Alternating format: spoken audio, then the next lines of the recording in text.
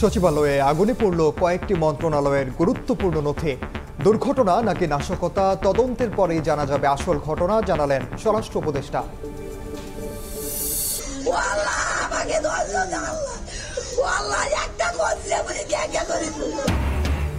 বাড়ি যাওয়া হলো না ফায়ার ফাইটার নয়নের। সচিবালয়ে আগুন নেভাতে গিয়ে নিভে গেল জীবন প্রদীপ। গুলিস্তানে জানাজা, গ্রামের বাড়ি রংপুরে মাতম। হাসিনা সরকারের অপকর্মের ফাইল গায়েবে পরিকল্পিতভাবে আগুন দেয়া হয়েছে সচিবালয়ে, দাবি সার্জিসের। দুর্ঘটনা মানতে নারাজ বিএনপিও, নিরপেক্ষ তদন্তের দাবি। বিডিআর হত্যার তদন্ত দলে থাকবেন বিদেশি আইনজ্ঞ, অন্য দেশের সম্পৃক্ততা পেলে করা হবে দায়ী। প্রথম বৈঠক শেষে কমিশন চেয়ারম্যান, 3 মাসেই কাজ শেষ করার আশা। এবং পূর্বাঞ্চলে 60 কাঠা প্লট আত্মসাতের অভিযোগে শেখ হাসিনা রেহানা জয়ের বিরুদ্ধে দুদকের অনুসন্ধান শুরু। 6,000 কোটি টাকা অস্বাভাবিক লেনদেনে বিপুর বিরুদ্ধে মামলা।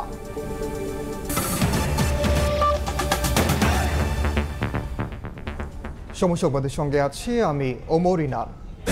প্রশাসনের প্রাণ কেন্দ্র সচিবালয়ে ভয়াবহ আগুনে পড়ল কয়েকটি মন্ত্রণালয়ের গুরুত্বপূর্ণ নথি।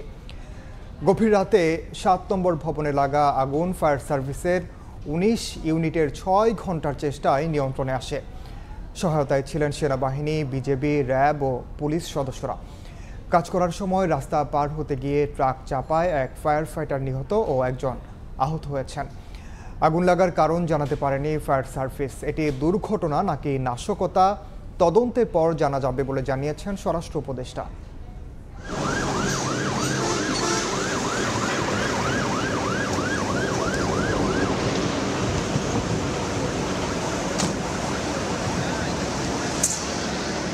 দাউ দাউ করে জ্বলছে আগুন।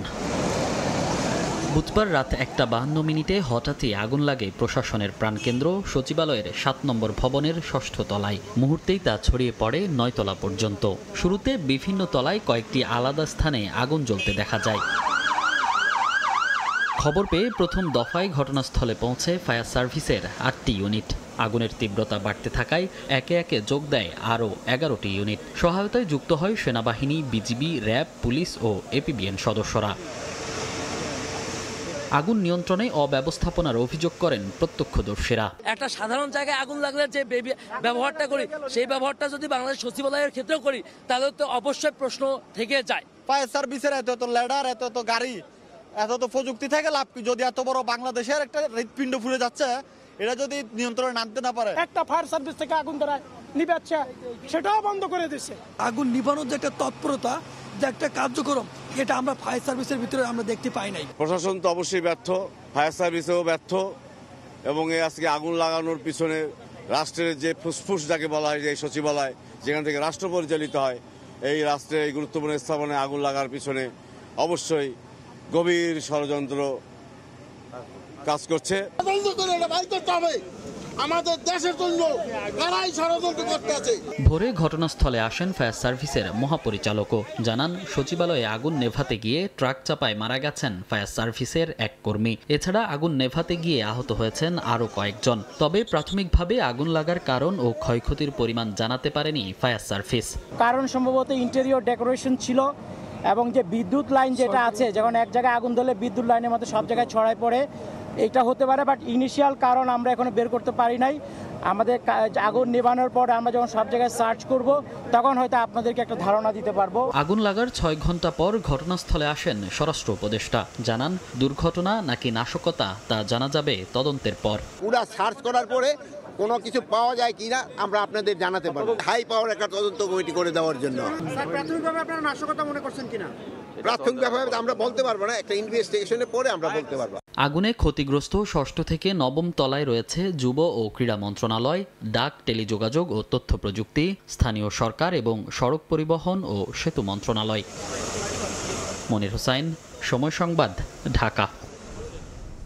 সবশেষ খবর জানাতে সচিবালয়ে আছেন সহকর্মী প্রসূন আশিস এবং সাদিকুর রহমান। সরাসরি শুরুতে যাচ্ছি প্রশাসনের কাছে। প্রসূন, দেখুন, আগুন নিয়ন্ত্রণে আসার পরে প্রায় 9 ঘন্টা পেরিয়ে গেছে। এখন আমরা যেটা জানতে পেরেছি যে যেই ভবনটিতে গতকাল গভীর রাতে আগুন লেগেছিল, অর্থাৎ সচিবালয়ের 7 নম্বর ভবন, সেই ভবনটিতে এখন গোয়েন্দা সংস্থার কর্মকর্তা এবং আইন শৃঙ্খলা বাহিনীর সদস্যরা ছাড়া অন্য কাউকে এখনো পর্যন্ত প্রবেশ করতে দেওয়া হয়নি। অর্থাৎ আমরা যেটি জানতে পেরেছি যে সকাল 8টার পর থেকেই সেখানে তারা খুঁজে বেড়াচ্ছেন এবং তারা সেখানে খতিয়ে দেখছেন যে এটি কিভাবে আগুনটি লাগলো, কোনো নাশকতা নাকি সত্যি সত্যি শর্ট সার্কিট বা অন্য কোনো কারণে আগুনটি লেগেছে কিনা, এই জিনিসটি খতিয়ে দেখা হচ্ছে সেই থেকে। অর্থাৎ সারাদিনে ওই ভবনটিতে অন্য কোনো ব্যক্তিকে প্রবেশ করতে দেওয়া হয়নি, যদিও সচিবালয়ের অন্যান্য ভবনে কর্মকর্তা কর্মচারীরা অফিস করেছেন আজকে, তাও স্বল্প সংখ্যক কর্মকর্তারা প্রবেশ করেছেন। আর গণমাধ্যমকে সকাল থেকে কোনোভাবেই প্রবেশ করতে দেওয়া হয়নি সচিবালয়ের মধ্যে। তো আমরা যেটা বলতে পারি যে অনেকের মনে প্রশ্ন জেগেছে, সেই প্রশ্নগুলো সরাসরি তারা বলেছেন যে এই ধরনের একটি ঘটনা, অর্থাৎ সচিবালয়ে রাতে যদি কাউকে থাকতে হয় তাহলে স্বরাষ্ট্র মন্ত্রণালয়ের অনুমতি নিয়ে থাকতে হয়, শুধুমাত্র আইন শৃঙ্খলা রক্ষাকারী বাহিনীর কেউ থাকতে পারেন। তো এই অবস্থায় কিভাবে আগুনটি লাগলো, এটি নাশকতা কিনা, এটি বড় রকমভাবেই প্রশ্ন উঠেছে। যে কারণে যারা উপদেষ্টা মণ্ডলী রয়েছেন, উপদেষ্টা মণ্ডলীর অনেকেই সরজমিন পরিদর্শন করেছেন এবং তারপরে তারা কিন্তু বলেছেন, বিশেষ করে দুর্যোগ ব্যবস্থাপনা এবং ত্রাণ মন্ত্রণালয়ের যিনি উপদেষ্টা, তিনি সরাসরি আমাদের বলেছেন যে এই যে কমিটিগুলো করার পরেই, তদন্ত কমিটির তদন্ত কাজ শেষ হওয়ার পরেই মূলত বলা যাবে যে কিভাবে আগুনটি লেগেছে। এরই মধ্যে আমি জানিয়ে রাখি যে ইতিমধ্যে কিন্তু মন্ত্রিপরিষদ বিভাগ থেকে 7 সদস্যের একটি তদন্ত কমিটি গঠন করা হয়েছে। তারা তদন্ত কাজ চালিয়ে ঠিক 7 কর্মদিবসের মধ্যে তারা প্রতিবেদন জমা দেবে। এছাড়া শ্রম ও কর্মসংস্থান মন্ত্রণালয়ের পক্ষ থেকে আরও একটি কমিটি করা হয়েছে কি পরিমাণ ক্ষয়ক্ষতি হয়েছে সেটি নিরূপণ করবার জন্য।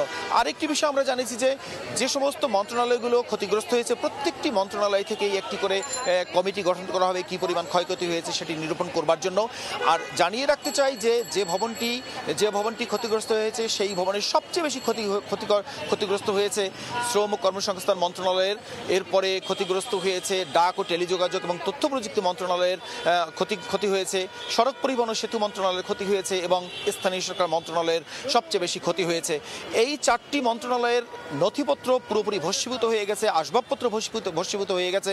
তো আমরা যেটি জানতে পেরেছি যে উপদেষ্টা পরিষদের একটি বৈঠক চলছে এখন, আমরা যেটা জানতে পেরেছি এর পরপরই কেউ সাংবাদিকদেরকে ব্রিফ করতে পারেন, এরকম একটি তথ্য আমরা জানতে পেরেছি, অথবা আগামীকাল সকালে সার্বিক পরিস্থিতি নিয়ে কোনো উপদেষ্টা ব্রিফ করে এই পরিস্থিতিটি জানাতে পারেন এবং সবশেষ তথ্যটি জানাতে পারেন বলে আমরা জানতে পেরেছি। তো আমি সচিবালয়ের ঠিক পশ্চিম পাশে প্রেস ক্লাবের দিকে যে 5 নম্বর গেট, যে গেট দিয়ে এখন কর্মকর্তা কর্মচারীরা অফিস শেষে বেরিয়ে আসছেন, সেই গেটে রয়েছি। আমাদের 1 নম্বর গেটে অর্থাৎ সচিবালয়ের দক্ষিণ পাশের গেটটিতে রয়েছে সহকর্মী সাদিকুর। আমরা চলে যাব সাদিকের কাছে, কি ধরনের তথ্য রয়েছে, নতুন কোনো তথ্য আছে কিনা সে জানতে। আসলে যে 1 নম্বর গেট যেটি আছে, আমি সেই ফটকের সামনেই দাঁড়িয়ে আছি রাস্তার বিপরীতে।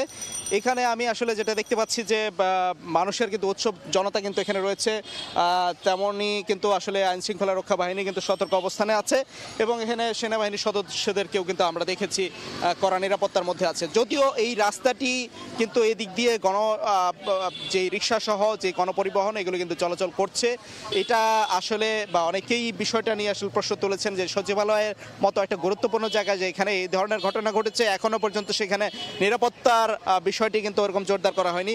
এইটার বিষয়ে আসলে আমরা একটু আগে দেখেছি যে এবি পার্টির নেতারাও কিন্তু এখানে এসেছিলেন, এই রাজনৈতিক ব্যক্তিত্ব তারাও কিন্তু এসে এই ঘটনার উদ্বেগ জানিয়েছেন যে আসলে সচিবালয়ে এই যে অগ্নিকাণ্ডে হলো, এখানে যদিও 7 সদস্যের তদন্ত কমিটি গঠন করা হয়েছে এবং তারা যেটা আশা করছেন যেন দ্রুতই এই এটার সাথে এটা কি নাশকতা নাকি এটাকে আসলে কি ঘটনা ঘটেছিল, কিভাবে আগুন লেগেছে, বিষয়টা যেন উদ্ঘাটন করা হয়, সেই বিষয়ে তারা গুরুত্ব দিয়ে তদন্ত করার বিষয়ে তাগিদ দিয়েছেন।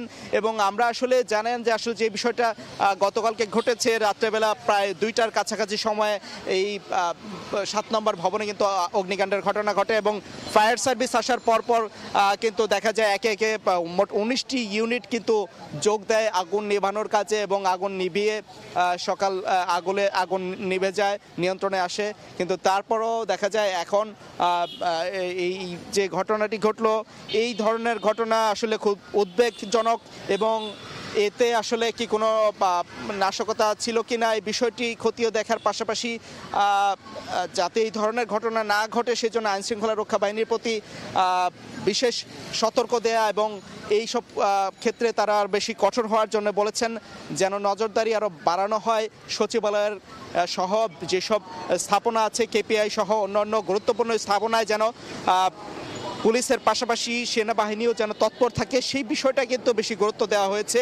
এবং বলা হচ্ছে যে বাংলাদেশে আসলে যে গণঅভ্যুত্থান হয়েছে সেই গণঅভ্যুত্থানকে আসলে যাতে কোনোভাবেই নস্যাৎ না হয়, গণঅভ্যুত্থানের যে চেতনা ছিল বৈষম্যমুক্ত যে বাংলাদেশ গড়া এবং সুখী সমৃদ্ধ বাংলাদেশ গড়ার ক্ষেত্রে যাতে কোনো বাধা সৃষ্টি না হয় এবং এই জন্যে যেন এই ধরনের কোনো ষড়যন্ত্র আর কেউ করতে না পারে সেজন্য সজাগ থাকার বিষয়ে যারা এসেছিলেন এখানে তারা বলেছেন।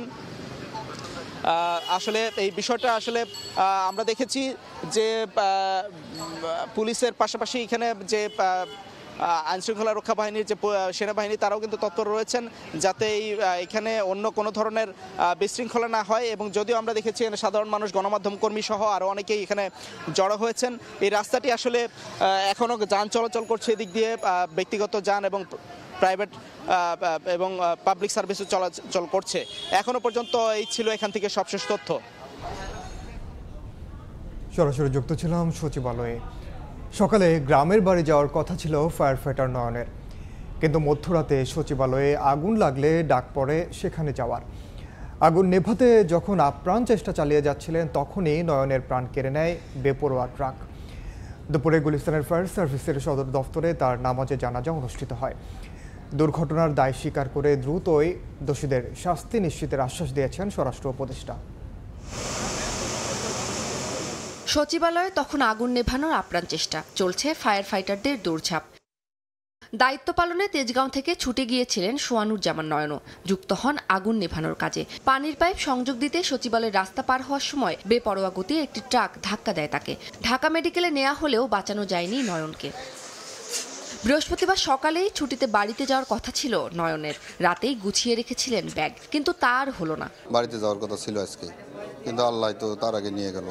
সেফটি যদি আরও বেশি দিতেন, রাস্তা ব্লক করে টোটাল কাজ তারা কার্যক্রম সুন্দরভাবে চালাইতেন, তাহলে হয়তো দুর্ঘটনার সম্মুখীন সে হয়তো হতো না।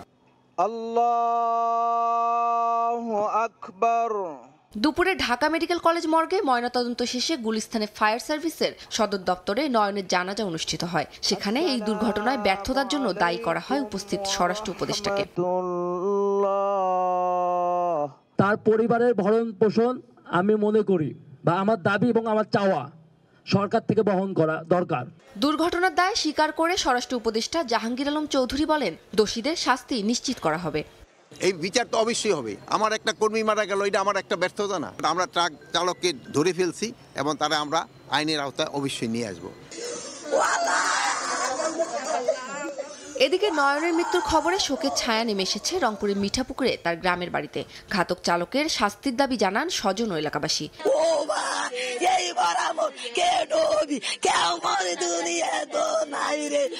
খুব ভালো ছিল, ছোট হাতে আমরা খাওয়া দাওয়া করতে পারতেছি না। আমার ফজরের নামাজ পড়িয়াতে আমরা মাথা হয়ে গেছি। নিহত সোহানুজ্জামান নয়ন ঢাকার তেজগাঁও ফায়ার সার্ভিসের স্পেশাল ইউনিটে কর্মরত ছিলেন। উম্মে হানি, সময় সংবাদ, ঢাকা। সচিবালয়ের একটি ভবন ভস্মীভূত হওয়ায় পুরো সচিবালয়ে নেমে আসে স্থবিরতা। বেশিরভাগ ভবন বিদ্যুৎহীন থাকায় কর্মকর্তা কর্মচারীরা সচিবালয়ে প্রবেশ করেও অফিস করতে পারেননি। এদিকে সকালে আগুনে ক্ষতিগ্রস্ত ভবনটি পরিদর্শন করে দুর্যোগ ব্যবস্থাপনা ও ত্রাণ উপদেষ্টা ফারুকী আজম জানিয়েছেন, আগুনে অনেক ক্ষয়ক্ষতি হয়েছে, তবে তদন্তের পর প্রকৃত কারণ জানা যাবে। প্রশাসনের প্রাণকেন্দ্র সচিবালয়ের ৭ নম্বর ভবনে লাগা আগুন ৬ ঘন্টা পর নিয়ন্ত্রণে আসে বৃহস্পতিবার সকালে। ভয়াবহ আগুনের ঘটনায় সচিবালয়ের 5টি গেট বন্ধ করে রাত থেকেই সেখানে প্রবেশে কড়াকড়ি আরোপ করে আইনশৃঙ্খলা বাহিনী। সকালে সচিবালয়ে কর্মরত কয়েক হাজার কর্মকর্তা কর্মচারী বাইরে অপেক্ষা করতে থাকেন। এক পর্যায়ে 10টার দিকে খুলে দেওয়া হয় 5 নম্বর ফটক। পরে অপেক্ষমান কর্মকর্তা কর্মচারীরা পায়ে হেঁটে প্রবেশ করেন সচিবালয়ে। কিন্তু সচিবালয়ের বিভিন্ন ভবন বিদ্যুৎহীন ও লিফটগুলো বন্ধ থাকায় বেশিরভাগ কর্মকর্তা কর্মচারী অফিস করতে পারেননি, ফলে কাজের ক্ষেত্রে দেখা দেয় স্থবিরতা। এ অবস্থায় প্রবেশের কিছুক্ষণ পরেই কর্মকর্তা কর্মচারীরা বাইরে বেরিয়ে আসতে থাকেন। অগ্নিকাণ্ডের সময়ে সচিবালয়ের ভেতরে অবস্থান করা প্রত্যক্ষদর্শী সহ কর্মচারীরা বাইরে বেরিয়ে তুলে ধরেন তাদের অভিজ্ঞতা। দোতলা থেকে লাগছে মনে 4 তলা পর্যন্ত, এই সাইড প্লাস ওই সাইডও অনেক কালো ধোয়া ঠোয়া প্লাস জানালা ভাঙ্গা। বিদ্যুৎ নাই, কাজের কোনো পরিবেশ নাই, মানে ঢুকতেই দিচ্ছে না। যেখানে আর কি আগুন লাগছে ওইখানে তো মানে কিছু নাই, পানি ঠানি নাই, কারেন্ট নাই। এদিকে আগুনে ক্ষতিগ্রস্ত ভবন পরিদর্শন করেন দুর্যোগ ব্যবস্থাপনা ও ত্রাণ উপদেষ্টা ফারুকী আজম। পরে গণমাধ্যমকে তিনি জানান, সচিবালয়ে আগুনের ঘটনায় উচ্চ পর্যায়ের তদন্ত কমিটি গঠন করা হয়েছে। পুরো বিষয় খতিয়ে দেখার পরেই অগ্নিকাণ্ডের প্রকৃত কারণ জানা যাবে। তদন্ত না হওয়ার আগে বলা যাচ্ছে না এটা কি হয়েছে, এটার জন্য তদন্ত কমিটি করা হয়েছে, তদন্তের পরে বলা যাবে। অগ্নিকাণ্ডে কি পরিমাণ ক্ষয়ক্ষতি হতে পারে সেটি এত দ্রুত নিরূপণ সম্ভব নয় বলেও জানান উপদেষ্টা। প্রসূন আশিস, সময় সংবাদ, ঢাকা। সচিবালয়ে অগ্নিকাণ্ড সাধারণ কোনো দুর্ঘটনা নয়। শেখ হাসিনার অপকর্মের ফাইলগুলো নিয়ে বিচারের তদন্ত চলায় পরিকল্পিতভাবে এ ঘটনা ঘটানো হয়েছে, এমন মন্তব্য করেছেন জুলাই শহীদ স্মৃতি ফাউন্ডেশনের সাধারণ সম্পাদক সার্জিস আলম। দুপুরে বৈষম্য বিরোধী ছাত্র আন্দোলনের পঞ্চগড়ের সমন্বয়কদের সঙ্গে সাক্ষাতের সময় এ কথা বলেন তিনি। এ ঘটনায় আন্দোলনের ছাত্র প্রতিনিধি এবং উপদেষ্টা নাহিদ ইসলাম ও আসিফ মাহমুদ সজীব ভুইয়ার কার্যালয় পুড়ে গেছে।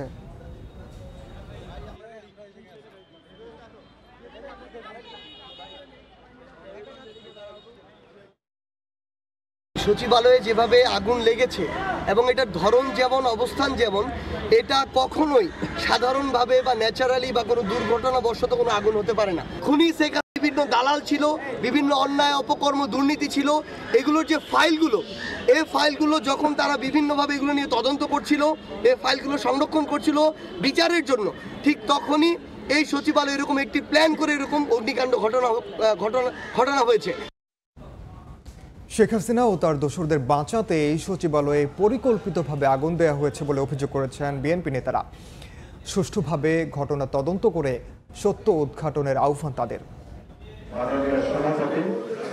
সচিবালয়ে লাগা আগুনে জরুরি নথি পুড়ে যাওয়া কোনো স্বাভাবিক ঘটনা নয় বলে মন্তব্য করেছেন বিএনপি নেতারা। বৃহস্পতিবার রাজধানীর ডিআরইউতে এক আলোচনা সভায় দলটির সিনিয়র যুগ্ম মহাসচিব রুহুল কবির রিজভী বলেন, সচিবালয়ের আগুন পরিকল্পিত ঘটনা। শেখ হাসিনা আমলের নথি চাওয়ার পরই তা গায়েব করতে এই কাজ করা হয়েছে। ঘটনার নিরপেক্ষ রাষ্ট্রীয় তদন্তের দাবি তার। আমরা এর আগেও দেখেছি, যখন কোনো সচিব কোনো মন্ত্রীর বিরুদ্ধে জনগণের মধ্যে থেকে প্রতিবাদ আসে, তখনই আপনার সচিবালয়ের ফাইল গায়েব হয়ে যায়, সচিবালয়ের মধ্যে আগুন ধরে। উচ্চ পর্যায়ে নিরপেক্ষ ব্যক্তিকে দিয়ে একটা তদন্ত হওয়া উচিত। শেখ হাসিনার এবং তার দোসরদের কিছু নথি চাওয়ার পর সচিবালয়ের অনেক নথি পড়ে যাওয়া এবং ভয়াবহ অগ্নিকাণ্ড, এইটা মানুষকে ভাবিয়ে তুলেছে। নির্বাচনে বিজয়ী না হলে আমাদের যে চিন্তা, আমাদের যে ভাবনা, জনকল্যাণে আমাদের যে কর্মসূচি, এটা আমরা বাস্তবায়িত করতে পারবো না। সেজন্য আমরা জিততে চাই। সেই জেতার জন্য যেমন সংগঠন দরকার সেরকম সংগঠন করতে হবে। এদিন জাতীয় প্রেস ক্লাবে গণতন্ত্র ফোরামের অবস্থান কর্মসূচিতে অংশ নিয়ে বিএনপি চেয়ারপারসনের উপদেষ্টা জয়নুল আবদিন ফারুক প্রশ্ন তোলেন, সচিবালয়ে আগুনের সঙ্গে জড়িতদের এখনো কেন গ্রেফতার করা হচ্ছে না। স্বরাষ্ট্র উপদেষ্টার কাছে জানতে চাই, এখনো কেন যারা আগুনের সাথে সম্পৃক্ত তাদেরকে গ্রেপ্তারের আইনের আওতায় আনা হলো না? এখনো ষড়যন্ত্রের জাল বিস্তার করবে, এখনো সচিবালয়ে আগুন লাগিয়ে দিবে, এখনো গণতন্ত্র হত্যাকারী শেখ হাসিনাকে আবার ক্ষমতা আনার ষড়যন্ত্র করবে। এটা কোনোদিনও আমরা মেনে নেব না। শেখ হাসিনা ও তার দোসরদের সীমাহীন দুর্নীতির শ্বেতপত্র প্রকাশের দাবিও জানান বক্তারা। কামরুজ্জামান মামুন, সময় সংবাদ, ঢাকা। রাজধানীতে আগুনের ঝুঁকিতে রয়েছে ২৫০০ ভবন। এজন্য অপরিকল্পিত নগরায়নকে দুষছেন ফায়ার সার্ভিস অ্যান্ড সিভিল ডিফেন্সের মহাপরিচালক। দুর্ঘটনা এড়াতে ভবন সংস্কার, শহর জুড়ে ফায়ার হাইড্রেন্ট বসানো সহ সচেতনতা তৈরির দাবি ব্যবসায়ীদের। অন্যদিকে সরকারি সংস্থার গাফিলতি ও তদারকির অভাবকে বিবেচনায় রেখে সমন্বয়হীনতা দূর করার পরামর্শ নগরবিদদের। বিস্তারিত সাইফুল রুদ্র রিপোর্টে। নিমতলী, চুড়িহাট্টা ও বনানীর এফআর টাওয়ারের পর চলতি বছরের 29 ফেব্রুয়ারি ঢাকা ফায়ার ট্র্যাজেডিতে যোগ হয়েছে আরও একটি নাম, বেইলি রোডের গ্রিন কোজি রেস্টুরেন্ট। সবশেষ উত্তরার লাভলেন ও বনানীর কড়াইল বস্তি। এর আগে 2023 সালের 4 এপ্রিল ভোরে বঙ্গবাজার কমপ্লেক্সে আগুন লাগে। একই দিন বঙ্গবাজার কমপ্লেক্সের পাশাপাশি আরও 4টি বিপণী বিতান আগুনে ক্ষতিগ্রস্ত হয়। ফায়ার সার্ভিস ও সিভিল ডিফেন্সের তথ্য বলছে, শুধু রাজধানীতেই অগ্নিকাণ্ডের ঝুঁকিতে রয়েছে 2600-রও বেশি ভবন। এর মধ্যে রয়েছে বিপণী বিতান, শিক্ষা প্রতিষ্ঠান, হাসপাতাল, আবাসিক ভবন। গণমাধ্যমের ভবনও রয়েছে এই তালিকায়। ছোট পরিসরে অগ্নি নির্বাপনের সরঞ্জাম ও প্রস্তুতি থাকলেও বেশিরভাগ ভবন পুরনো হওয়ায় রিজার্ভার বসানো সম্ভব নয় বলে জানান ভবন মালিক ও ব্যবসায়ীরা। আমাদেরকে বলা হচ্ছে যে হাইড্রেন্টটা আপনারা নিজেরা লাগাবেন এবং রিজার্ভারটা নিজেরা তৈরি করবেন। সরকারি উদ্যোগে প্রত্যেকটা মার্কেটের সামনে যদি ফায়ার হাইড্রেন্টগুলো বসানো হয় তাহলে এটার থেকে মনে হয় পরিত্রাণ পাওয়া সম্ভব। স্থপতি ও নগর পরিকল্পনাবিদরা বলছেন, ঝুঁকিপূর্ণ ভবনগুলোকে নিরাপদ রাখতে সমাধানের পথ খোঁজা জরুরি। যত গাইডলাইনই বলেন, সচেতনতা যদি না থাকে, ক্লায়েন্ট যদি এটাকে না মানে, সেক্ষেত্রে আপনার কিন্তু প্রত্যেকটা জিনিসই খাতা কলমেই থেকে যাবে। গ্যাসের লাইনের লিকেজ নিয়ে সারা ঢাকা শহরে পুরো সিটি ওয়াইড কি কোনো কাজ হয়েছে? কাজ তো হয়নি। তার মানে লিকেজ এখনও আছে। অতি ঝুঁকিপূর্ণ ভবনগুলোকে তুলনামূলক নিরাপদ করার জন্য আমাদের যে মেকানিজমটা কেমন হবে সেটা আমাদের তৈরি করা দরকার। ফায়ার সার্ভিসের যদি নোটিশের বাইরে কোনো করণীয় না থাকে তাহলে করবেটা কে? অপরিকল্পিত নগরায়নের কথা উল্লেখ করে অন্যদের পাশাপাশি নিজেদের দায় স্বীকার করলেন ফায়ার সার্ভিস ও সিভিল ডিফেন্সের মহাপরিচালক। রাজু যখন কোনো প্ল্যান পাস করে তার আগে কিন্তু তার ফায়ার সেফটি প্ল্যানটা আমরা অনুমোদন করেছি কিনা সেটা কিন্তু তারা দেখে এবং আমাদের এনওসির উপর ভিত্তি করে অনুমোদন দেয়। কঠোরতার পাশাপাশি মানুষকে সচেতন করাটাও ইম্পর্টেন্ট এবং যদি হাইড্রেন্ট স্থাপন করা যায় তাহলে আমাদের ফায়ার ফাইটিং কিন্তু অনেক ক্ষেত্রে সহজ হয়ে যায়। ডিটেইল এরিয়া প্ল্যান তৈরির আগে ফায়ার সার্ভিসের মতামত নেওয়া হয়নি উল্লেখ করে মহাপরিচালক জানান, ড্যাপে অগ্নিঝুঁকি মোকাবিলা ও অগ্নি নির্বাপনে প্রয়োজনীয় ব্যবস্থা গ্রহণে পরিকল্পনা প্রণয়ন ও তা অন্তর্ভুক্ত করারও প্রস্তাব রাখা হবে এই সংস্থার পক্ষ থেকে। সাইফুল রুদ্র, সময় সংবাদ, ঢাকা। সময় সংবাদে আরও থাকছে, সিটের নিচে স্কচ টেপ মুড়িয়ে লুকানো ছিল 2 কেজি স্বর্ণ। শাহ আমানতে দুবাই থেকে আসা বিমান থেকে 20টি বার উদ্ধার, নারী যাত্রী আটক।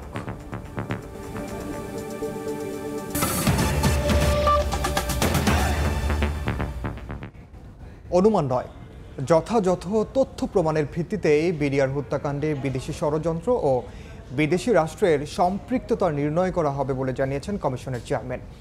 প্রথম বৈঠক শেষে কমিশন প্রধান বলেন, তদন্ত কাজে স্বচ্ছতা আনতে নিয়োগ করা হবে বিদেশি আইনজ্ঞ।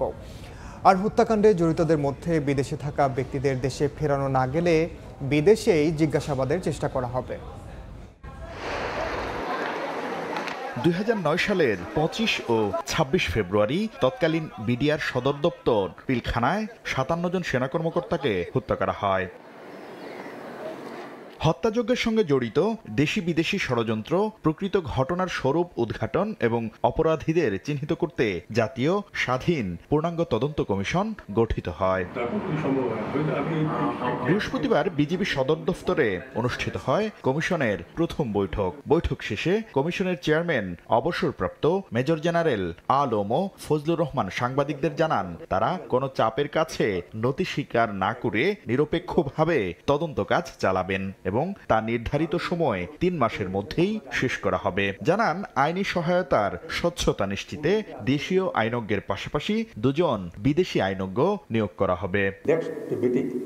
সেই মিটিং আমরা অনুষ্ঠান করব ইনশাআল্লাহ এবং সেদিনেই আমরা স্টেটমেন্ট নেওয়া শুরু করব।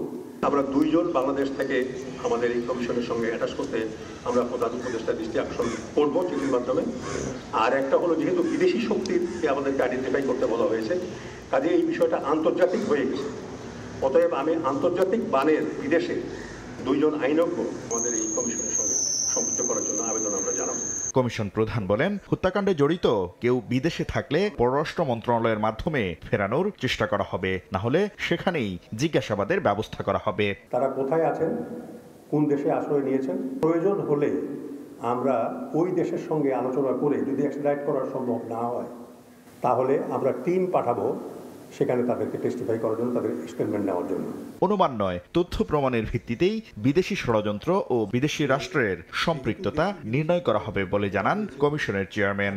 আমরা কোনো দেশকে আইডেন্টিফাই করতে চাই না, আমরা নিরপেক্ষভাবে নির্ভয়ভাবে আমরা অগ্রসর হতে চাই, এবং সেটা করতে গিয়ে যারা দায়ী হবে দালিলিকভাবে সার্কামস্টেন্সিয়াল এভিডেন্সের কারণে, তখন সেই বিষয়ে আমরা মতামত। এছাড়া কমিশনের চেয়ারম্যানকে উপদেষ্টার মর্যাদা দেওয়ার পাশাপাশি সদস্যসহ তদন্তে সংশ্লিষ্টদের নিরাপত্তা নিশ্চিতে ব্যবস্থা নেওয়ার জন্য প্রধান উপদেষ্টার কাছে আবেদন জানানো হয়েছে বলেও জানান তিনি।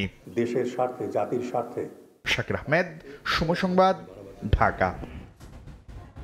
শেখ হাসিনার বিরুদ্ধে জুলাই আগস্টের গণহত্যার নির্দেশ দেওয়ার প্রমাণ পাওয়া গেছে বলে জানিয়েছেন chief prosecutor advocate Tajul Islam. ছাত্র আন্দোলন চলাকালে আশুলিয়ায় লাশ পোড়ানোর সঙ্গে জড়িত এক পুলিশ কনস্টেবলকে কারাগারে পাঠিয়েছেন আন্তর্জাতিক অপরাধ ট্রাইব্যুনাল। ঢাকার আশুলিয়ায় গুলি করে ৬ জনকে হত্যার পর প্রিজন ভ্যানে আগুন দিয়ে লাশ পুড়িয়ে ফেলার এ দৃশ্য কোনো না কোনো মাধ্যমে দেখেছে সবাই। বর্বর এই হত্যাকাণ্ডের সঙ্গে জড়িত ব্যক্তিদের বিচারের মুখোমুখি করতে আলাদা একটি মামলাও হয় আন্তর্জাতিক অপরাধ ট্রাইব্যুনালে। লাশ পোড়ানোর সঙ্গে সরাসরি জড়িত ২ পুলিশ সদস্যকে বুধবার গ্রেফতার করে আইন শৃঙ্খলা রক্ষা বাহিনী। বৃহস্পতিবার সকালে কনস্টেবল মুকুল চোকদারকে হাজির করা হয় ট্রাইব্যুনালে। পরে তাকে কারাগারে পাঠানোর নির্দেশ দেওয়া হয়। চিফ প্রসিকিউটর বলছেন, আশুলিয়ার ঘটনাসহ জুলাই আগস্টের গণহত্যায় জড়িতদের কাউকেই ছাড় দেওয়া হবে না। জুলাই আগস্টের বাংলাদেশে সংগঠিত যে নারকীয় হত্যাযজ্ঞ এবং নারকীয় বিভৎসতা, যেটা তদানীন্তন প্রধানমন্ত্রী সহ সরকারের উচ্চপদস্থদের নির্দেশে এই পুলিশ বাহিনী সংগঠিত করেছে, তার নৃশংসতার প্রমাণ এটা। সেই নৃশংসতার সাথে সরাসরি যে ব্যক্তি জড়িত, যে ব্যক্তিবর্গ জড়িত, তাদের মধ্যে 2 জনকে গতকালকে গ্রেপ্তার করা হয়েছে। এই তদন্তগুলো দ্রুত আমরা গুছিয়ে আনছি। খুব তাড়াতাড়ি ইনশাআল্লাহ আমরা এই তদন্ত কার্যগুলো চূড়ান্ত প্রতিবেদন, অর্থাৎ তদন্ত যে প্রতিবেদন, সেগুলোকে চূড়ান্ত করতে সক্ষম হব এবং আমরা দ্রুততম সময়ের মধ্যে আনুষ্ঠানিক বিচার প্রক্রিয়া শুরু করতে পারব। তদন্তে শেখ হাসিনার গণহত্যার নির্দেশ দেওয়ার অকাট্য প্রমাণ উঠে এসেছে বলেও জানান চিফ প্রসিকিউটর। এই অপরাধগুলো প্রমাণ করতে চাই যে প্রধানমন্ত্রীর নির্দেশটা বাস্তবায়নটা কিভাবে হয়েছে, সেই জন্য এই গ্রাউন্ড লেভেলের এবং নিষ্ঠুরতম কাজ যারা করেছে এদের কয়েকটাকে আমরা ধরেছি। এদের মাধ্যমে কিন্তু প্রধানমন্ত্রী পর্যন্ত যে কমান্ড স্ট্রাকচার এবং নির্দেশের যে ধারাবাহিকতা, সেটা প্রমাণিত হয়েছে বা হবে। জুলাই আগস্ট গণহত্যার মামলায় আসামিদের গ্রেফতারে আরও সক্রিয় হওয়ার আহ্বান জানিয়েছেন চিফ প্রসিকিউটর। আফজাল হোসেন, সময় সংবাদ, ঢাকা। পূর্বাচল নতুন শহর প্রকল্পে সরকারি প্লট বেআইনিভাবে নিজেদের নামে করিয়ে নেওয়ার অভিযোগে সাবেক প্রধানমন্ত্রী শেখ হাসিনা, শেখ রেহানা সহ তাদের পরিবারের 6 জনের বিরুদ্ধে অনুসন্ধান শুরু করেছে দুদক। এছাড়াও সাবেক বিদ্যুৎ প্রতিমন্ত্রী নসরুল হামিদের বিরুদ্ধেও মামলা করেছে সংস্থাটি। বিকেলে দুদকের ব্রিফিংয়ে এসব কথা জানান সংস্থাটির মহাপরিচালক। ছাত্র জনতার অভ্যুত্থানে ক্ষমতাচ্যুত প্রধানমন্ত্রী শেখ হাসিনার বিরুদ্ধে হত্যার অভিযোগে 2.5 শতাধিক মামলা হয়েছে। অভিযোগ জমা পড়েছে আন্তর্জাতিক অপরাধ ট্রাইব্যুনালেও। এবার তার বিরুদ্ধে দুর্নীতির অভিযোগে অনুসন্ধান শুরু করেছে দুর্নীতি দমন কমিশন। বিকেলে দুদকের এক ব্রিফিংয়ে সংস্থাটির মহাপরিচালক জানান, পূর্বাচলের প্লট অবৈধভাবে নিজেদের নাম করিয়ে নেয়ায় হাসিনা, রেহানা সহ শেখ পরিবারের 6 জনের বিরুদ্ধে অনুসন্ধান শুরু করেছে দুদক। শেখ হাসিনা সাবেক প্রধানমন্ত্রী রাজুকের ঊর্ধ্বতন কর্মকর্তাদের যোগ সাজশে নিজ নামে তার ছেলে জনাব সজীব আহমেদ ওয়াজেদ জয়, তার মেয়ে জনাব সাইমা ওয়াজেদ পুতুল 10 কাঠা করে মোট 60 কাঠা 6টি প্লট বরাদ্দ নেয়ার। দুদক মহাপরিচালক জানান, 6,000 কোটি টাকা অস্বাভাবিক লেনদেনের অভিযোগে সাবেক বিদ্যুৎ প্রতিমন্ত্রী নসরুল হামিদ বিপুর বিরুদ্ধেও মামলা হয়েছে। প্রতিমন্ত্রী হিসাবে কর্মরত থাকাকালীন সময়ে ক্ষমতার অপব্যবহার করে গত আয়ের উৎসের সাথে সঙ্গতিবিহীন 36 কোটি টাকারও বেশি মূল্যের স্থাবর সম্পদ অর্জন করেছেন এবং নিজ নামে 98টি ব্যাংক হিসাবে মোট 3,181 কোটি টাকা জমা এবং 3,180 কোটি টাকা উত্তোলন করেছেন। প্রতারণা ও জালিয়াতির মাধ্যমে প্রশাসন ক্যাডারে চাকরির অপরাধে নওগাঁ আত্রাই উপজেলার উপজেলা নির্বাহী কর্মকর্তা কামাল হোসেনের বিরুদ্ধেও মামলা করেছে দুর্নীতি দমন কমিশন। মাহাদ ইসলাম ধ্রুব, সময় সংবাদ, ঢাকা। যুবদল নেতা শামীম হত্যা মামলায় সাবেক মন্ত্রী অ্যাডভোকেট কামরুল ইসলাম ও সাবেক এমপি সুলাইমান সেলিমকে রিমান্ড শেষে কারাগারে পাঠানো হয়েছে। বৃহস্পতিবার ঢাকার additional chief metropolitan magistrate Ziadur রহমানের আদালতে এই আদেশ দেওয়া হয়। এদিন সুলাইমান সেলিমের জামিন আবেদন করলে বিরোধিতা করে রাষ্ট্রপক্ষ, পরে আবেদন নাকচ করেন বিচারক। এদিকে রমনা থানার হত্যা চেষ্টা মামলায় জনতা ও অগ্রণী ব্যাংকের সাবেক পরিচালক বলরাম পোদ্দারকে গ্রেফতার দেখিয়ে কারাগারে পাঠানোর আদেশ দিয়েছেন আদালত। বুধবার মাঝরাতে কাকরাইলের নিজ বাসা থেকে তাকে গ্রেফতার করা হয়। বলরাম পোদ্দার আওয়ামী লীগের উপ কমিটির সদস্য এবং ছাত্রলীগের সাবেক সহ সভাপতি ছিলেন।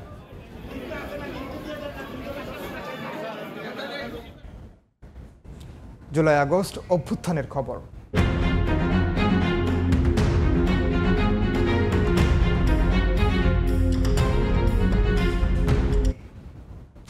জুলাই আগস্টের বিপ্লবে প্রাণ গেছে যশোরের 3 মেধাবী সন্তানের। গুলিবিদ্ধ ও আহত হয়েছেন আরও অনেকে। সন্তানদের আত্মহত্যা নিয়ে গর্ব করলেও এখনও চোখের জলে দিন কাটছে স্বজনদের। জুয়েল মৃধার তথ্য ও আবুল কালাম আজাদের পাঠানো ছবি নিয়ে রিপোর্ট। শুরু থেকেই কোটা সংস্কার আন্দোলনে শরিক ছিলেন যশোর বিজ্ঞান ও প্রযুক্তি বিশ্ববিদ্যালয়ের শিক্ষার্থীরা। পরে এই আন্দোলন রূপ নেয় বৈষম্য বিরোধী বিক্ষোভেও। তখনও রাজপথ ছাড়েননি এখানকার মেধাবীরা। দিন যতই গড়িয়েছিল ততই ঘনীভূত হয়েছিল আন্দোলন। শুধু শিক্ষার্থীদের মাঝেই সীমাবদ্ধ থাকেনি, অংশ নেন বিভিন্ন শ্রেণী ও পেশাজীবী সহ সর্বস্তরের মানুষ। হতে থাকে মিছিল, অবরোধ, কর্মসূচি। সারা দেশে পুলিশের গুলিতে নির্বিচারে শিক্ষার্থী জনতা মারা গেলেও এখানকার ছাত্র সমন্বয়কদের বুদ্ধিদীপ্ত নেতৃত্বের কারণে বড় কোনো হতাহত হয়নি। তবে রাজধানীতে গুলিবিদ্ধ হয়ে শহীদ হন যশোরের ঝিকরগাছার দেউলি গ্রামের ইমতিয়াজ আহমেদ জাবির, কেশবপুর উপজেলার ভল্লুকঘর গ্রামের তৌহিদ ইসলাম ও বেনাপোলের আব্দুল্লাহ। আহত হয়েছেন আরও অনেকে। সন্তানদের এমন আত্মত্যাগ নিয়ে গর্ব করলেও এখনো নোনা জলে ভাসে স্বজনদের চোখ। কলেজে চলে যাচ্ছে আজকে, জানেন মনে হচ্ছে এতগুলো সন্তান দেখছি, কেন আমার সন্তান নেই। আমার ছেলে তো ভার্সিটিতে পড়তো, আমার ছেলে ঠিক এইভাবে হাঁটতো, আমার ছেলে এইভাবে চলতো। রান্তি গেলে জাবির জন্য কান্দি, আমার জাবির কি পছন্দ করে জাবির জন্য কান্দি। ওর আব্বু রাতে ঘুমিয়ে করে আব্বু আব্বু বলে চিল্লায়। আমাদের ভরসা ছিল ছেলে আমাদের হয়তো বৃদ্ধা বয়সে তারা আমাদের দেখাশোনা করতো, সব কিছু করতো। সে পথ তো আমাদের হারিয়ে গেছে। এখন রাষ্ট্র বিবেচনা করবে এই শহীদদের জন্য, শুধু আমার বলে না, প্রত্যেকটা শহীদের জন্য কি করবে না রাষ্ট্রই ভালো বুঝ করবে। বাড়ি একেবারে লিবে গেছে, শান্ত হয়ে গেছে, জঙ্গলের মতন পরিবেশ হয়ে গেছে। আমাদের আর কোনো আশা আকাঙ্ক্ষা আর এখন বর্তমান নেই। গর্ববোধ করি আমার দেশের ছেলে দেশের জন্য জীবন দিয়েছে। বৈষম্য বিরোধী আন্দোলনের নেতারা বলছেন হতাহতদের পরিবারকে রাষ্ট্রীয় পৃষ্ঠপোষকতার আওতায় আনতে কাজ করছেন তারা। যারা নিহত হয়েছে তাদের এখনো রাষ্ট্রীয় কোনো সুযোগ সুবিধা বা পৃষ্ঠপোষকতা তারা রাষ্ট্র থেকে পায়নি। আমরা চেষ্টা করছি তাদেরকে রাষ্ট্রীয় সুবিধার ভিতরে আনার এবং ক্ষতিপূরণের ব্যবস্থা করার জন্য। জুলাই আগস্টের ছাত্র জনতার গণ অভ্যুত্থানে হতাহতদের পরিবারের সদস্যরা সহায়তা কামনা করেছেন। সময় সংবাদ, যশোর। ভারত থেকে চোখ রাঙিয়ে আর বাংলাদেশ শাসন করা যাবে না উল্লেখ করে জামাত ইসলামের আমির ডাক্তার শফিকুর রহমান বলেছেন, দেশের মানুষ প্রতিবাদের সাহস সঞ্চয় করেছে। সকালে খুলনার পাইকগাছায় গদাইপুর ফুটবল ময়দানে এক পথসভায় তিনি এই কথা বলেন। দিল্লিতে বসে স্বৈরাচারী শেখ হাসিনা ও তাদের দোসররা ষড়যন্ত্র করছে অভিযোগ করে আমির সবাইকে একসঙ্গে তা প্রতিহতের আহ্বান জানান। এ সময় তিনি বিডিআর হত্যাসহ সব হত্যা ও গুমের বিচারের দাবি জানান। বলেন, বৈষম্যহীন বাংলাদেশ গড়তে যুব সমাজের হাতে নেতৃত্ব তুলে দিতে হবে।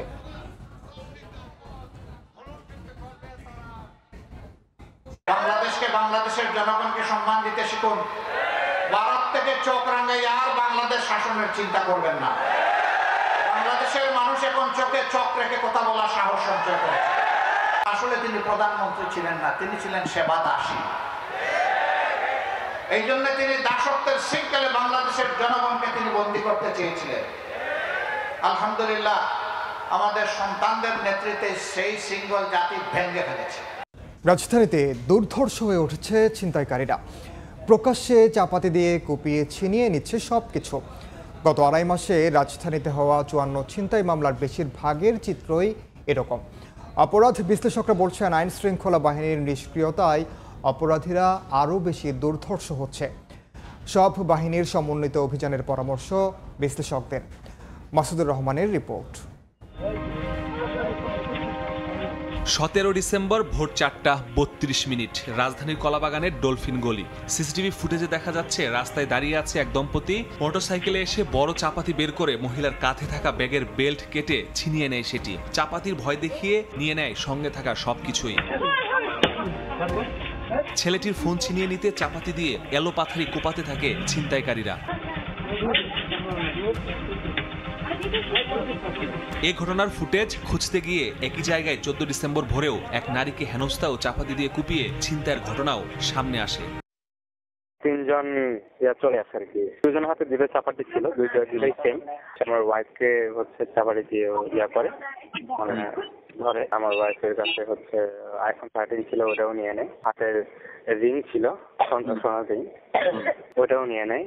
ঢাকা বিশ্ববিদ্যালয়ের সাবেক শিক্ষার্থী রবি রাজধানীর আসাদ গেইটে এক বন্ধুর সঙ্গে দেখা করতে গেলে গত ২১ ডিসেম্বর রাতে একেবারে প্রকাশ্যেই চাপাতি দিয়ে কুপিয়ে ছিনতাইকারীরা সব ছিনিয়ে নেয়। মাথা ও হাতে সেলাই পড়ে ২৮টি। বাম হাতে এটা সবচাইতে গভীরভাবে কাটছে। এটাতে আপনার মাংসে ৮ থেকে 10টার মতো সেলাই লাগছে। কপালে যেটা শুরুতে ছিল ওখানে 4টা সেলাই লেগেছে।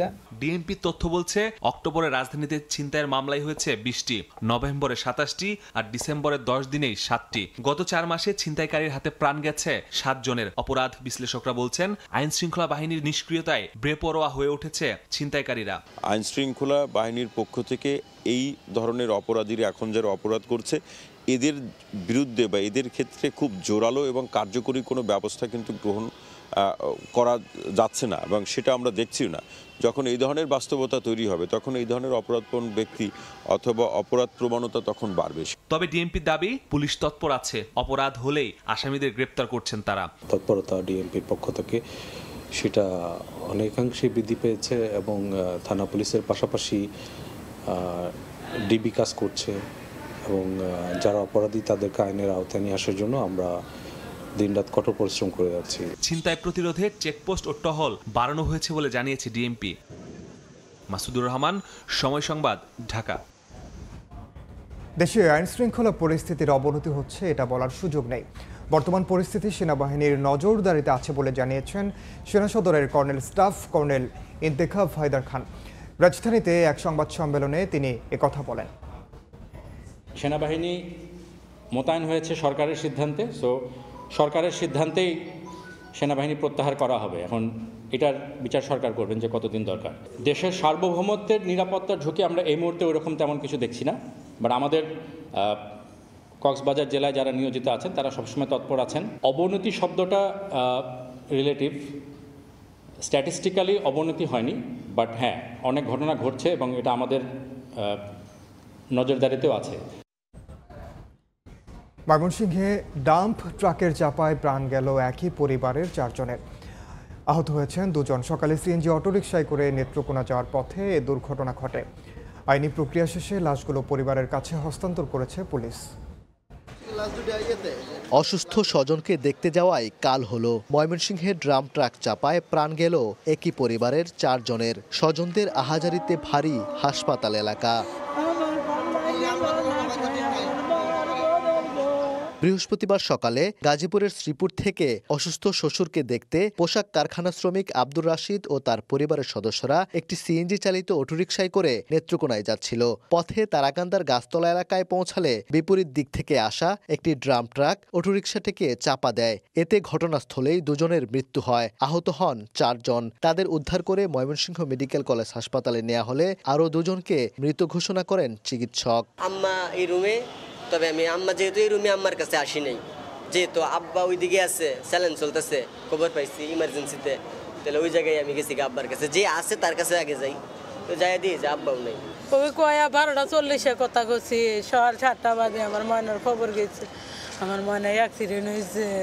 রাস্তা ভাঙার কারণে ড্রাম ট্রাকটা সিএনজিকে রং সাইডে আঘাত করছে, যার কারণে সিএনজি দুমড়ে মুচড়ে গেছিল। লাশগুলোর আইনি প্রক্রিয়া শেষে পরিবারের কাছে হস্তান্তর করেছে পুলিশ। মোট 4 জন মারা গেছে আর 2 জন চিকিৎসাধীন আছে। তার পরিপ্রেক্ষিতে পরিবারের সদস্যরা তারা বিনা ময়নাতদন্ত করার জন্য আবেদন করছে। তো এই আবেদন করার পরিপ্রেক্ষিতে যেহেতু তারা মামলা মোকদ্দমা করবে না এবং তারা কোনো আইনি পোস্টমর্টম করতে চাচ্ছে না, এই পরিপ্রেক্ষিতে তাদেরকে লাশ পরিবারের নিকট হস্তান্তর করা হয়েছে। দুর্ঘটনায় আহত অটোরিকশাটির চালক অন্তর মিয়া ও নিহত বিদ্যা মিয়ার স্ত্রী লাভলি বেগম ময়মনসিংহ মেডিকেলে চিকিৎসাধীন। ওবায়দুল হক, সময় সংবাদ, ময়মনসিংহ। চট্টগ্রামের শাহ আমানত বিমানবন্দরে দুবাই ফেরত একটি ফ্লাইট থেকে 20টি স্বর্ণের বার উদ্ধার করেছে নিরাপত্তা বাহিনী। গ্রেফতার করা হয়েছে এক যাত্রীকে। সকালে এনএসআই বিমানবন্দরের নিরাপত্তা শাখা এবং শুল্ক গোয়েন্দা যৌথভাবে অভিযান চালায়। জব্দকৃত বারগুলোর ওজন 2 কেজি 33 গ্রাম। এনএসআই ও শুল্ক গোয়েন্দা জানায়, দুবাই থেকে আসা বিমান বাংলাদেশ এয়ারলাইন্সের ফ্লাইটের ভেতর তল্লাশি চালানো হয়। এ সময় যাত্রী আসনের নিচে প্লাস্টিক স্কচ টেপ দিয়ে মুড়িয়ে বিশেষ কায়দায় লুকিয়ে রাখা বার পাওয়া যায়। গ্রেফতার করা হয় আতিয়া সামিয়া নামের যাত্রীকে। তিনি দুবাই একটি স্বর্ণের দোকানে বিক্রয় কর্মকর্তা হিসেবে কাজ করেন। সামিয়ার বিরুদ্ধে নগরীর পতেঙ্গা থানায় মামলা হয়েছে।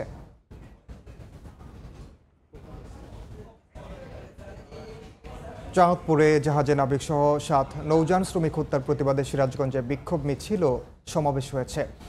সকালে বাংলাদেশ নৌযান শ্রমিক ফেডারেশনের উদ্যোগে বাঘাবাড়িতে নৌবন্দরে এই কর্মসূচি পালন করা হয়। এতে নৌ শ্রমিকরা অংশ নেন। জাহাজে নাবিকসহ 7 নৌযান শ্রমিক হত্যায় জড়িতদের শাস্তি, নিহতদের পরিবারকে ক্ষতিপূরণ ও নিরাপদ নৌপথ নিশ্চিতের দাবি জানান তারা।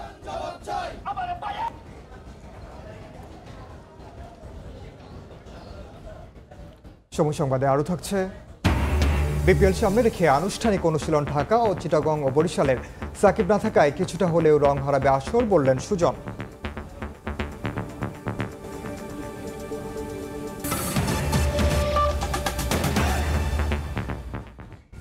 অন্তর্বর্তী সরকার দায়িত্ব নেওয়ার পর ভারত থেকে আমদানি করা চালের প্রথম চালান চট্টগ্রাম বন্দরে এসে পৌঁছেছে।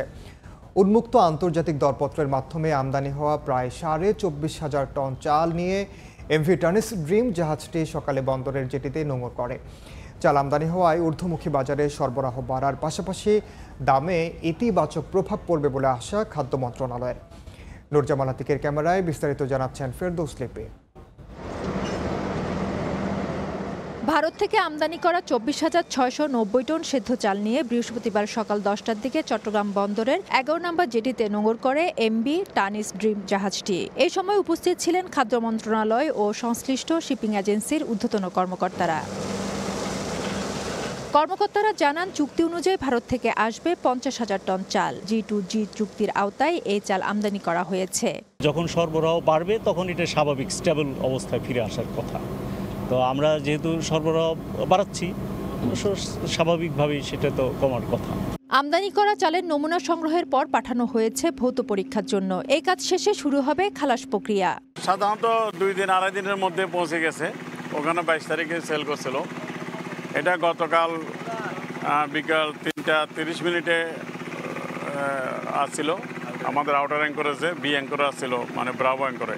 কিছুক্ষণ আগেই এটা এখানে বাড়তে চলে আসে। খাদ্য নিরাপত্তা নিশ্চিতে আন্তর্জাতিক বাজার থেকে এবার 6 লাখ টন চাল সংগ্রহের উদ্যোগ নিয়েছে মন্ত্রণালয়। তারই অংশ হিসাবে ভারত থেকে আসলো এ চাল, যা অন্তর্বর্তী সরকারের আমলে ভারত থেকে আমদানি হওয়া চালের প্রথম চালান। ফেরদৌস লিপি, সময় সংবাদ, চট্টগ্রাম। নিরাপদ খাদ্য নিশ্চিতে উৎপাদন পর্যায়ে রাসায়নিকের ব্যবহার কমিয়ে আনতে হবে। পাশাপাশি ভেজাল খাবারের কারণে যেসব রোগ ব্যাধি হচ্ছে তা নিরাময়ে নিতে হবে পরিকল্পিত উদ্যোগ। সকালে রাজধানীর শ্যামলীতে নিরাপদ খাদ্য মেলার উদ্বোধনী অনুষ্ঠানে এসব কথা বলেন বক্তারা। নিরাপদ খাবারের অভাবে নানা ধরনের রোগ ব্যাধিতে আক্রান্ত হচ্ছে শিশু থেকে শুরু করে বিভিন্ন বয়সী মানুষ। খাদ্যে ভেজাল বন্ধে নেওয়া হচ্ছে বিভিন্ন সরকারি উদ্যোগ, তবে কিছুই কাজে আসছে না। এমন বাস্তবতায় রাজধানীতে নিরাপদ খাদ্য নিয়ে সচেতনতা বাড়ানোর জন্য আয়োজন করা হচ্ছে মেলার, যেখানে পসরা বসেছে খাদ্য উপাদান থেকে শুরু করে ঘরে তৈরি নানা রকম খাবারের। খাঁটি গাওয়া ঘি অন্যান্য জায়গায় পাওয়া যায়, এখানেও দেখি যে অর্গানিক, সেজন্য আমরা কিনতে আসছি। এখানে বাবু আছে, ওর জন্য একটা চকলেট ফ্লেভারের কেক নিলাম যে ও খাবে, যেহেতু হেলদি খাবার। আমাদেরকে অর্ডার করে, আমরা বাজার করি, তারপরে রেডি করি, তারপরে সাথে সাথে করি। পুষ্টিগুণ ঠিক রাখতে এসব খাদ্য তৈরিতে রাসায়নিক উপাদানের পরিবর্তে ব্যবহার করা হয়েছে প্রাকৃতিক পদ্ধতিতে তৈরি সার ও কীটনাশক। আমরা এই সবজি চাষের মধ্যে ব্যবহার করি হলো আপনার ভার্মি কম্পোস্ট, টাইকো কম্পোস্ট, কেঁচো সার, কাঁচা গোবর। মেলার উদ্বোধনীতে ভোক্তা অধিকার পরিচালক বলেন, নিরাপদ খাদ্য নিশ্চিতে তারা কাজ করছেন, তবে পাশাপাশি দরকার সচেতনতার। সরকারের সাথে সাথে অনেক বেসরকারি অর্গানাইজেশনও সেখানে এগিয়ে এসছে, ডোনার এজেন্সি এগিয়ে এসছে, কিন্তু আমি যেটি বলবো এই সবার কাজ মূলত খাদ্যের নিরাপত্তা নিশ্চিত করা। দেশের মানুষ কি খাবে সেটি ঠিক করাও সরকারের কাজ।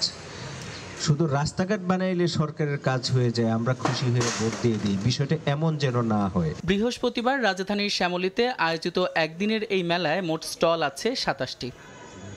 সাদিক হাসান নিমন, সময় সংবাদ, Dhaka. EDF Aluminium, redefine possibilities. চাকরিতে পুনর্বহালের দাবিতে অনশন কর্মসূচি পালন করছেন বাংলাদেশ রেড ক্রিসেন্ট সোসাইটির চাকরিচ্যুত কর্মকর্তা কর্মচারীরা। সকালে রাজধানীর মগবাজারে বিডিআরসিএস এর সদর দফতরে তারা এই কর্মসূচি শুরু করেন। আন্দোলনকারীদের অভিযোগ, ভিন্ন মতাদর্শের কারণে আওয়ামী লীগ সরকারের আমলে তাদের চাকরিচ্যুত করা হয়। তবে ওই সময়ে দুর্নীতির সঙ্গে যারা জড়িত ছিলেন তারা এখনও প্রতিষ্ঠানে রয়ে গেছেন। কর্মসূচিতে সংহতি প্রকাশ করেন আইনজীবী ও বিএনপি নেতা ব্যারিস্টার এম সারোয়ার হোসেন।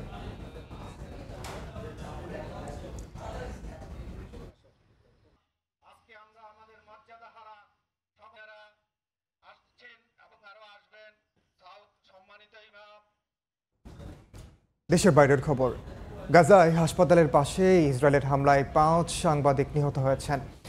এছাড়াও উপত্যকা জুড়ে তাণ্ডবে একদিনে মারা গেছেন অন্তত 33 জন, আহত হয়েছেন আরও 39 জন। যুদ্ধবিরতি চুক্তিতে রাজি হতে নেতানিয়াহুর প্রতি আহ্বান জানিয়েছেন ইসরায়েলি প্রেসিডেন্ট আইজ্যাক হারজগ। যদিও যুদ্ধবিরতি চুক্তি ব্যর্থ হওয়ায় হামাস ও নেতানিয়াহু প্রশাসনের মধ্যে চলছে পাল্টাপাল্টি দোষারোপ। স্থানীয় সময় বৃহস্পতিবার ভোরে গাজার নুসেরাত শরণার্থী শিবিরে আল আওদা হাসপাতালের কাছে বিমান হামলা চালায় ইসরায়েল। এই ঘটনায় হতাহতদের মধ্যে কয়েকজন সাংবাদিক রয়েছেন।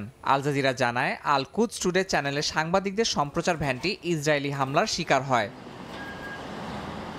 হামলার পাশাপাশি বুধবার পশ্চিম তীরে 25 ফিলিস্তিনিকে আটক করে নেতানিয়াহুর সেনারা। একই দিনে দক্ষিণ এবং মধ্য গাজায় সুড়ঙ্গ ধ্বংস করার ভিডিও প্রকাশ করে ইসরায়েলের সামরিক বাহিনী। এদিকে চরম ঠান্ডায় শরণার্থী শিবিরে বসবাসরত 3 শিশুর মৃত্যু হয়েছে। হাসপাতাল কর্তৃপক্ষ জানায়, মারাত্মক ঠান্ডায় হাইপোথার্মিয়ায় মারা যায় তারা। যুদ্ধবিরতি নিয়ে হামাস এবং ইসরায়েলের মধ্যে আলোচনা শুরু হলেও তা আবারও ব্যর্থ হয়েছে। দুই পক্ষই একে অপরকে পাল্টাপাল্টি দোষারোপে ব্যস্ত। এই অবস্থায় দ্রুত যুদ্ধবিরতিতে রাজি হয়ে বন্দীদের ফিরিয়ে আনতে নেতানিয়াহুর প্রতি আহ্বান জানিয়েছেন খোদ ইসরায়েলের প্রেসিডেন্ট আইজ্যাক হারজগ। ইয়াসিন মোহাম্মদ জিসান, সময় সংবাদ। আফগানিস্তানের পাকতিকা প্রদেশে পাকিস্তানের বিমান হামলার জেরে উত্তপ্ত ইসলামাবাদ কাবুল সম্পর্ক। এর মধ্যে হামলার প্রতিশোধ নেয়ার হুঁশিয়ারি দিয়েছে আফগানিস্তান। কাবুলের পাকিস্তানি দূতকে তলব করে প্রতিবাদ জানিয়েছে আফগানিস্তানের পররাষ্ট্র মন্ত্রণালয়। তবে পাকিস্তানের দাবি, সশস্ত্র গোষ্ঠী তেহরিক-ই তালিবানের মিডিয়া শাখা লক্ষ্য করে ওই বিমান হামলা চালিয়েছে তারা। স্থানীয় সময় মঙ্গলবার গভীর রাতে আফগানিস্তানের পাকতিকা প্রদেশের বারমান জেলায় বিমান হামলা চালায় পাকিস্তানের সেনাবাহিনী। এতে শিশুসহ হতাহত হন অনেকে। এএফপি জানায়, বিমান ও ড্রোন দিয়ে এই হামলা চালানো হয়। পাকিস্তানের নিরাপত্তা বাহিনীর দাবি, দেশটির নিষিদ্ধ সংগঠন তেহরিক-ই তালেবানের মিডিয়া শাখাকে লক্ষ্য করে ওই হামলা চালানো হয়। তাদের দাবি, 60 জনেরও বেশি সদস্য এই ঘটনায় হতাহত হয়েছেন। তাদের কমান্ডার ও মিডিয়া সেলের প্রধান অক্ষত আছেন বলে জানায় তারা। আফগানিস্তানের মাটিতে পাকিস্তানি বাহিনীর হামলার ঘটনায় ক্ষুব্ধ প্রতিক্রিয়া জানিয়েছে দেশটির তালেবান সরকার। বুধবার কাবুলের পাকিস্তানি দূতকে তলব করে প্রতিবাদ জানায় আফগানিস্তানের পররাষ্ট্র মন্ত্রণালয়। আফগানিস্তানের পররাষ্ট্র মন্ত্রণালয়ের মুখপাত্র সামাজিক যোগাযোগ মাধ্যম এক্সে এই হামলাকে অত্যন্ত দায়িত্ব জ্ঞানহীন বলে উল্লেখ করেন। দেশটির প্রতিরক্ষা মন্ত্রণালয়ের পক্ষ থেকেও হামলার প্রতিশোধ নেয়ার হুমকি দেওয়া হয়। পাকিস্তানের দাবি, আফগানিস্তান অনেকদিন ধরেই সন্ত্রাসী গোষ্ঠীটিকে আশ্রয় দিয়ে আসছে। তাদের দাবি, টিটিপি তাদের আস্তানা থেকে আক্রমণ চালাচ্ছে। তবে এই অভিযোগ অস্বীকার করেছে তালেবান। বিশ্লেষকদের মতে, মঙ্গলবার রাতের হামলার পর পাকিস্তান ও আফগানিস্তানের মধ্যকার সম্পর্ক এরই মধ্যে অবনতির দিকে যাওয়া শুরু করেছে। আফগানিস্তান প্রতিশোধের হুমকি দিলেও তাদের আগে সশস্ত্র গোষ্ঠী তেহরিক-ই তালেবান প্রতিশোধমূলক প্রতিক্রিয়া জানাতে পারে বলে ধারণা তাদের। দুই দেশের মধ্যে উত্তেজনা বেড়ে যাওয়ায় সম্পর্কের আরও অবনতি হতে পারে বলে আশঙ্কা করছেন বিশ্লেষকরা। অর্জিতা শেজিন, সময় সংবাদ। জানাবো খেলার খবর। বিপিএল এর 11তম আসর সামনে রেখে প্রথমবারের মতো অনুশীলন করেছে ঢাকা ক্যাপিটালস। মিডল অর্ডার আর লিটন দাসের অফ ফর্ম নিয়ে কিছুটা চিন্তায় ফ্র্যাঞ্চাইজি কোচ খালেদ মাহমুদ সুজন। তবে বোলিং বিভাগ নিয়ে কোনো আপত্তি নেই কোচের। প্রথম দিনের অনুশীলনে বিদেশিরা না থাকলেও শিগগিরই তারাও যোগ দেবেন বলে প্রত্যাশা সুজনের। সাকিব না থাকায় বিপিএল কিছুটা হলেও রং হারাবে বলে মত সুজনের। নতুন বাংলাদেশে প্রথম বিপিএল দলগুলোর আনুষ্ঠানিক অনুশীলন দিয়ে শুরু হলো মাঠের উন্মাদনা। বিসিবির একাডেমি মাঠে অনুশীলন করেছে নতুন মালিকানায় আসা ঢাকা ক্যাপিটালস। মাঠে নামার আগেই সোশ্যাল মিডিয়ায় আলোচিত রাজধানীর ফ্র্যাঞ্চাইজিটি। মেগাস্টার সাকিব খান আছেন মালিকানায়। প্রথম দিন অনুশীলনে ছিলেন শুধুই স্থানীয় ক্রিকেটাররা। ফ্র্যাঞ্চাইজির বড় তারকা মুস্তাফিজ হাজির হন মাঠে। প্রধান কোচ খালেদ মাহমুদ সুজনের অধীনে শুরুতে গা গরম করেন ক্রিকেটাররা। আমি নিজেও খুব কনসার্ন যে আমাদের মিডল অর্ডারটার একটু ঝামেলা, আমাদেরকে মেকশিফট করতে হবে, আমাদের এতগুলো টপ অর্ডার তাদেরকে তো খেলাতে হবে, তাদের কাউকে না কাউকে আমার বেশি আনতে হবে যে কাকে আমি মিডল অর্ডারে খেলাবো। তবে ঢাকার কোচ আশাবাদী পেস আর টপ অর্ডার নিয়ে। যেভাবে বাইরে আলোচিত ঢাকা ক্যাপিটালস মাঠের পারফরমেন্স দিয়ে প্রত্যাশা পূরণ করবে বলে মনে করেন কোচ। তো Liton is a class player, তো আমি মনে করি যে ডেফিনেটলি ওর একটা ব্রেক দরকার ছিল, ব্রেক নিক। আমি মনে করবি যে ডেফিনেটলি ওর মধ্যে সেই অ্যাবিলিটি আছে, তো ঘুরে দাঁড়ানোর সেই রকম প্লেয়ার যে একাই ম্যাচ জিতে পারে। বিপিএল এর সব আসরে ছিলেন সাকিব আল হাসান। দেশের ক্রিকেটের বড় তারকা নেই এবারের বিপিএলে, যার পেছনে আছে নানা কারণ। তবে ক্রিকেটার সাকিবকে মিস করবেন সুজন। সাকিব বাংলাদেশের সেরা প্লেয়ার, তো নো ডাউট বিশ্বের 1 নম্বর সেরা প্লেয়ার। সুতরাং সাকিব না থাকার তো অবশ্যই আমাদের সবার জন্যই একটা মানে সাকিব সারা জীবন ক্রিকেট খেলবে এটাও সত্যি কথা, but as long as Shakib is playing the game and বাংলাদেশের ক্রিকেট খেলতে পারছে না, এটা একটা ব্যর্থতাই আমাদের জন্য। বিপিএল এর উদ্বোধনী দিনে দ্বিতীয় ম্যাচে সাবেক চ্যাম্পিয়ন রংপুর রাইডার্সের মুখোমুখি হবে ঢাকা ক্যাপিটালস। তারেক হাসান শিমুল, সময় সংবাদ, ঢাকা। এ পর্যায়ে শীর্ষ সংবাদগুলো জানিয়ে দিচ্ছি আরেকবার। সচিবালয়ে আগুনে পড়ল কয়েকটি মন্ত্রণালয়ের গুরুত্বপূর্ণ নথি। দুর্ঘটনা নাকি নাশকতা জানতে তদন্ত কমিটি। দায়ীদের শাস্তি নিশ্চিতের ঘোষণা স্বরাষ্ট্র উপদেষ্টা। হাসিনা সরকারের অপকর্মের ফাইল গায়েবে পরিকল্পিতভাবে আগুন দেয়া হয়েছে সচিবালয়ে, দাবি সার্জিসের। দুর্ঘটনা মানতে নারাজ বিএনপিও, নিরপেক্ষ তদন্তের দাবি। এবং বিডিআর হত্যার তদন্ত দলে থাকবেন বিদেশি আইনজ্ঞ। অন্য দেশের সম্পৃক্ততা পেলে করা হবে দায়ী। প্রথম বৈঠক শেষে কমিশন চেয়ারম্যান 3 মাসেই কাজ শেষ করার আশা।